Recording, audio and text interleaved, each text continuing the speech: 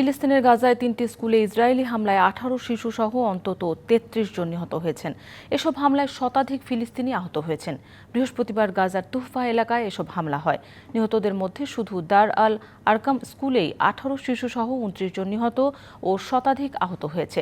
স্কুলটিকে লক্ষ্য করে অন্তত ৪টি ক্ষেপণাস্ত্র ছোড়া হয়। ফাহাদ স্কুলে হামলায় মারা গেছেন ৪ ব্যক্তি। হামলা হওয়া আরেকটি স্কুলে নাম শাবান আল রায়েস স্কুল।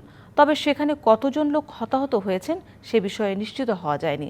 স্কুলগুলোকে বাস্তুচ্যুত ফিলিস্তিনিদের আশ্রয়কেন্দ্র হিসেবে ব্যবহার করা হতো বলে জানিয়েছে গণমাধ্যম।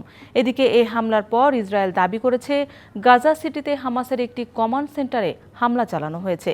অন্যদিকে আন্তর্জাতিক অপরাধ আদালতের গ্রেপ্তারি পরোয়ানা উপেক্ষা করে ইসরায়েলের প্রধানমন্ত্রী বেনিয়ামিন নেতানিয়াহুর হাঙ্গেরি সফরের মধ্যেই আইসিসি থেকে বেরিয়ে যাওয়ার ঘোষণা দিল দেশটির সরকার।